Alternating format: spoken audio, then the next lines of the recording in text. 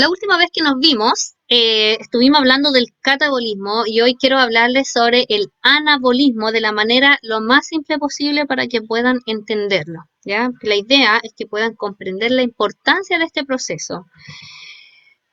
Y el anabolismo, ¿cierto?, ocurre a partir de unos pocos precursores sencillos y relativamente oxidados para poder obtener, ¿cierto?, moléculas mucho más complejas que van, ¿cierto?, a producir o a tener funciones estructurales o algunas también metabólicas. Y existen dos tipos de anabolismo, el anabolismo autótrofo, ¿cierto?, aquel que producen las plantas, recuerden que puede ser fotosíntesis o quimiosíntesis, y comienza con precursores inorgánicos como el CO2, el agua y esa molécula que tiene nitrógeno, ¿cierto? Y por otro lado vamos a tener el anabolismo heterótrofo, que es el que tenemos nosotros, ¿cierto? Y que comienza con moléculas sencillas pero que son orgánicas y en donde vamos a utilizar energía que se llama ATP y esas coenzimas también para poder producir moléculas complejas. Partimos con la fotosíntesis. La fotosíntesis, si tuviéramos que reducirla en una simple ecuación, decimos que es el dióxido de carbono más el agua con acción de la luz, se van a producir materia orgánica y se va a desechar oxígeno. Entonces, la energía lumínica es captada por los pigmentos que se encuentran en los cloroplastos y que les dan cierto su color característico. Las reacciones se van a agrupar en dos fases o dos grupos, valga la redundancia. Vamos a tener la fase luminosa, que también se llama dependiente de la luz, y la fase oscura, ¿cierto?, que es la independiente de la luz.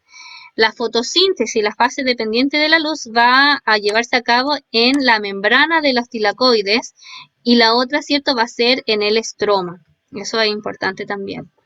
Entonces, a los pigmentos fotosintéticos nosotros les vamos a llamar fotosistema y existen dos y los vamos a resumir como PS1 y PS2 para que esté claro. Dentro de los pigmentos vamos a tener tipos de clorofila y también los carotenoides. Entonces los pigmentos se van a ubicar en los fotosistemas formando un complejo antena para poder, ¿cierto?, captar la energía lumínica y va a haber un centro de reacción donde van a generar, ¿cierto?, la fotosíntesis propiamente tal para después producir lo que yo necesito de este proceso. Entonces, la fase luminosa, que también se llama dependiente de la luz, consiste en transportar electrones a través de una cadena transportadora, obviamente que se encuentran en la membrana tilacoidal de los cloroplastos que se lo mostré anteriormente. La energía lumínica la utilizan para poder, ¿cierto?, transformar esta molécula en esta molécula que, ¿cierto?, tiene energía acá reservada. Entonces, acá lo importante, ¿cierto? Tenemos el fotosistema 2 y el fotosistema 1. La molécula del agua se va a romper a través de un proceso de fotólisis, ¿cierto? Gracias a la luz solar, se elimina o se parte la molécula del agua, quedando los electrones, ¿cierto?, expuestos. Estos electrones van a excitar a esta cadena transportadora, lo que va a hacer, ¿cierto?, que aumente la energía.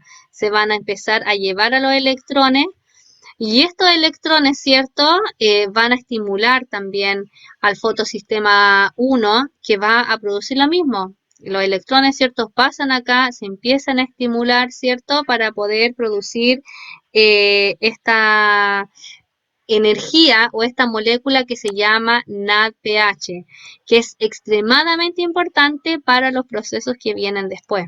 Entonces, si tuviésemos que resumir, la fase luminosa corresponde a la fase en donde yo voy a obtener, ¿cierto?, estas coenzimas que nos van a ayudar para producir más energía y poder sintetizar esas moléculas que son grandes y que tienen funciones para nosotros los heterótrofos. La fase oscura, ¿cierto?, está caracterizada por este ciclo que se llama ciclo del ácido cítrico o ciclo de Calvin. ¿Qué es lo importante acá? Que las enzimas, ¿cierto?, que va a iniciar este proceso en ciertas ocasiones no solo utiliza CO2, sino que también puede utilizar oxígeno. Y cuando utiliza oxígeno, ¿cierto? La capacidad de la fotosíntesis disminuye y este proceso se llama fotorrespiración. Por lo tanto, este proceso que está acá, que es el ciclo de Calvin con CO2, es el más eficiente porque produce mayor cantidad de estas moléculas energéticas que están acá, ¿ya? Y que van a después a producir, ¿cierto? La fijación de las distintas moléculas inorgánicas. ¿Cómo ocurre la fijación del nitrógeno y el azufre? Los nitritos se van a convertir, los nitratos se convierten en nitritos para finalmente producir ácido glutámico y luego, ¿cierto? Se van a ir juntando y producir distintos aminoácidos que después nosotros los consumimos, ¿cierto? Y lo utilizamos para producir nuestras propias proteínas. Los sulfatos, el azufre, ¿cierto? Se transforma en sulfitos para poder producir después, ¿cierto? Ácido sulfídrico y convertirse en cisteína, por ejemplo. Pueden ser, ¿cierto? Otro tipo también de aminoácidos importantes para nuestro cuerpo. Van a haber factores que van a afectar a la fotosíntesis, como por ejemplo la concentración de CO2. Si bien las plantas necesitan el CO2 para poder producir, ¿cierto?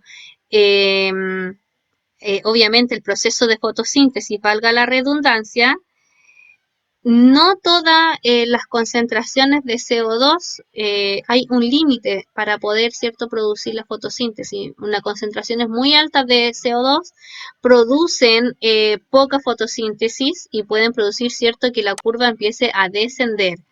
La intensidad lumínica también tiene que ver, es muy importante porque la fotosíntesis, ¿cierto?, entre mayor cantidad de luz, mayor, ¿cierto?, va a ser la cantidad de fotosíntesis.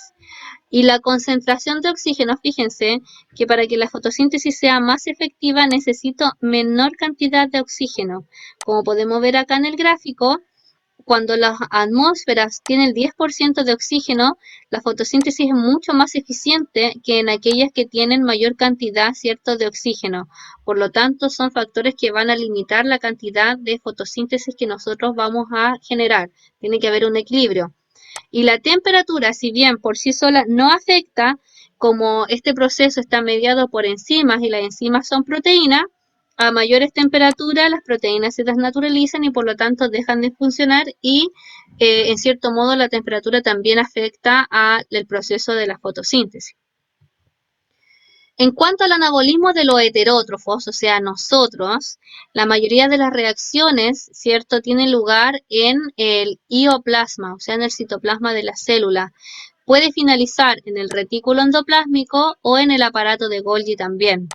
Entonces, lo importante acá es que se necesita energía química como el ATP y las coenzimas como el NADPH, ¿cierto?, para que estas moléculas inorgánicas, o perdón, orgánicas pero pequeñas que nosotros nos consumimos de los autótrofos, se puedan convertir en estas moléculas complejas y grandes.